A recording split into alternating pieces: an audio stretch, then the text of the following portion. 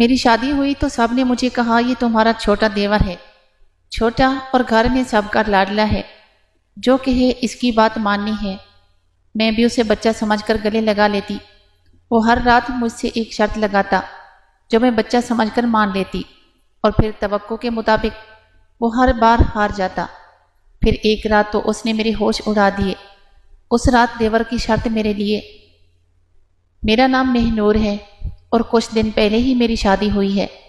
میرا سسرال کافی بڑا ہے، میرے 2 بڑے جیٹھ ہیں اور ایک چھوٹا 15 سال کا دیور ہے۔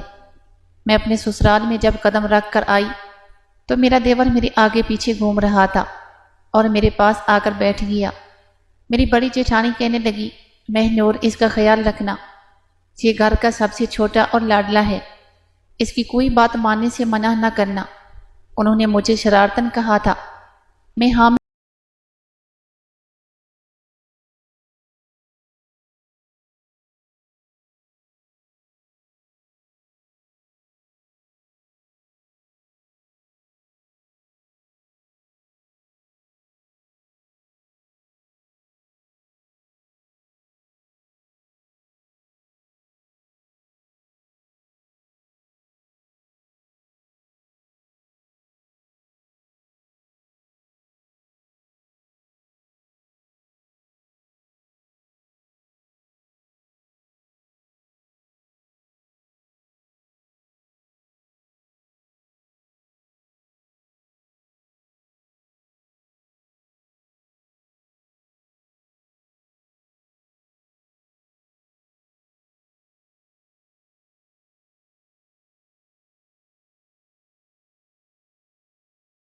کیا۔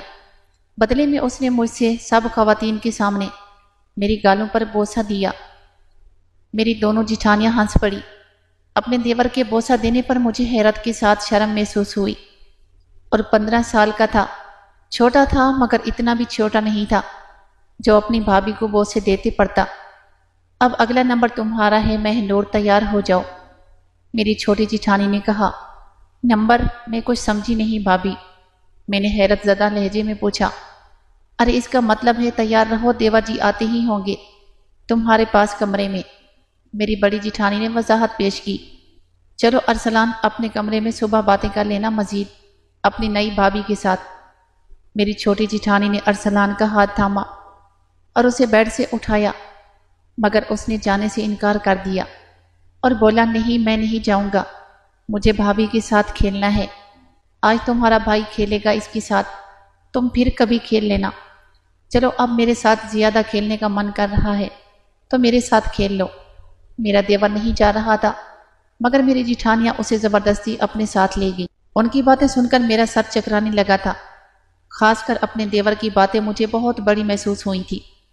آخر وہ کون سا کھیل کھیلنے کی بات کر رہا تھا؟ رات کے اس پہر وہ بھی نئی نویلی دلہن کے ساتھ کھیل کون سا کھیلا جاتا ہے؟ اتنے میں میرے شوہر کمرے میں آ گئے۔ میں سب کچھ بھول کر ان میں مگن ہو گئی۔ صبح جب ہوئی تو دیر سے اٹھی، گھر کے سب افراد ناشتہ کر چکے تھے۔ مجھے شرمندگی ہونے لگی کہ میں نے سونے میں زیادہ دیر لگا دی۔ بھابھی، میرے شوہر کہاں ہیں؟ کہیں دکھائی نہیں دے رہے ہیں۔ اپنے شوہر کی کمی محسوس کرتے ہوئے میں اپنی بھابھی سے پوچھا، وہ کسی کام کے سے باہر گیا ہے، تم فریش ہو جاؤ، میں تمہارے لیے ناشتہ بناتی ہوں اور تمہارے کمرے میں ہی بھیج دیتی ہوں۔ میں اپنے کمرے میں آ گئی، بھابھی 2 لوگوں کے لیے کھانا بنا کر لائی۔ میں نے جب پوچھا دوسرا کون ہے، ساتھ تو وہ کہنے لگی، ہمارا لاڈلا دیور، وہ تو تمہارے ساتھ کرنا چاہتا ہے، اس لیے صبح سے تمہارے اٹھنے کا انتظار کر رہا ہے۔ میرا دیور بھی کمرے میں آ گیا تو بھابھی کمرے کو بند کر کے باہر چلی گئی اور ہم دونوں ناشتہ کرنے لگے۔ میرا دیور نوالے بنا بنا کر مجھے کھلا رہا تھا۔ اس کی محبت دیکھ کر میں نے اسے لاڈ کیا۔ اچھا لڑکا تھا، میں نے اسے گال پر بوسہ دیا تو وہ خوش ہو گیا اور میرے منہ میں نوالا ڈالا تو انڈا اپنے سینے پر گرا۔ اس نے فوراً میرے سینے پر ہاتھ مارنا شروع کر دیا۔ مجھے لگا وہ انڈے کا داغ مٹا رہا ہے۔ اتنے میں میرے شوہر بھی کمرے میں آ گئے۔ انہوں نے اپنے بھائی کو کمرے سے باہر بھیج دیا اور مجھے محبت بھری نگاہوں سے دیکھنے لگا۔ میں ان کے ارادے سمجھ چکی تھی، اس لیے فوراً شرما کر کمرے سے باہر چلی گئی۔ رات 5 گھنٹے کی مشقت سے میں تھکی ہوئی تھی۔ میں اپنی چھوٹی جٹھانی کے کمرے میں گئی تو دیکھا وہ میرے چھوٹے دیور کی پینٹ کے زیب کو ٹھیک کر رہی تھی۔ میں یہ بات بالکل اچھی نہیں لگی تھی۔ میری دونوں جیٹھانیوں نے اسے کچھ زیادہ ہی سر پر چڑھایا ہوا تھا۔ وہ لڑکا تھا 15 سال کا، سب کچھ مردوں جیسا تھا اور جذبات بھی مردوں جیسے ہی تھے۔ بھابھی آپ کے پاس سر درد کی گولی ہے تو دے دیں، مجھے بہت درد ہو رہا ہے۔ میں نے کہا اچھا میں تلاش کرتی ہوں، تم بیٹھو۔ میں صوفے پر بیٹھی تو اچانک میرا دیور میری گود میں بیٹھ گیا۔ کیا کر رہی ہو ارسلان؟ بری بات ہے، سیدھے بیٹھو، ایسے چلتے نہیں ہیں، میں نے نرم لہجے میں کہا۔ تو وہ بولا مجھے عادت ہے، میں بھابھی ایسے اچھلنے کی، میں بڑی اور چھوٹی بہاول کے ساتھ بھی ایسا ہی کرتا ہوں، مگر اب آپ کے ساتھ کروں گا۔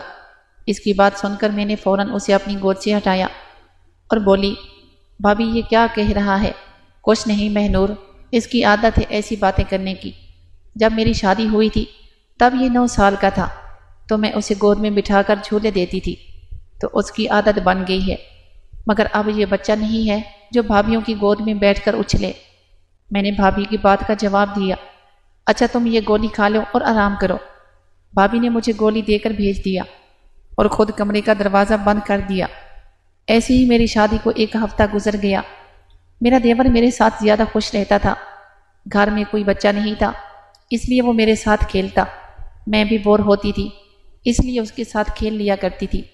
میرے دیور کی بری عادت تھی، وہ بات بات پر شرط لگایا کرتا تھا، خاص کر لڈو کی گیم میں۔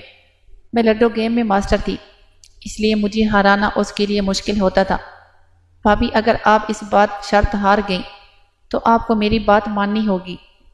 اچھا ٹھیک ہے مان لوں گی، مگر پہلے مجھ سے جیت کر تو دکھاؤ، میں نے کہا اور ہم لڈو کھیلنے لگے۔ میں یہ بات غور کر رہی تھی، جب میرا دیور گیم ہارنے لگتا تو وہ اداس ہو جاتا۔ وہ اپنی پوری کوشش کر رہا تھا کہ وہ گیم جیت جائے، شاید وہ مجھ سے اپنی کوئی بات منوانا چاہتا تھا۔ لڈو ختم ہوئی اور میں گیم جیت گئی تو وہ اداس ہو گیا۔ میں نے اسے چاکلیٹ دی اور کہا اداس نہیں ہو ارسلان، یہ صرف ایک گیم ہے، ہم کل پھر کھیلیں گے، بھابھی اور دیکھنا میں ہی جیتوں گا، میرے دیور نے کہا اور وہاں سے چلا گیا۔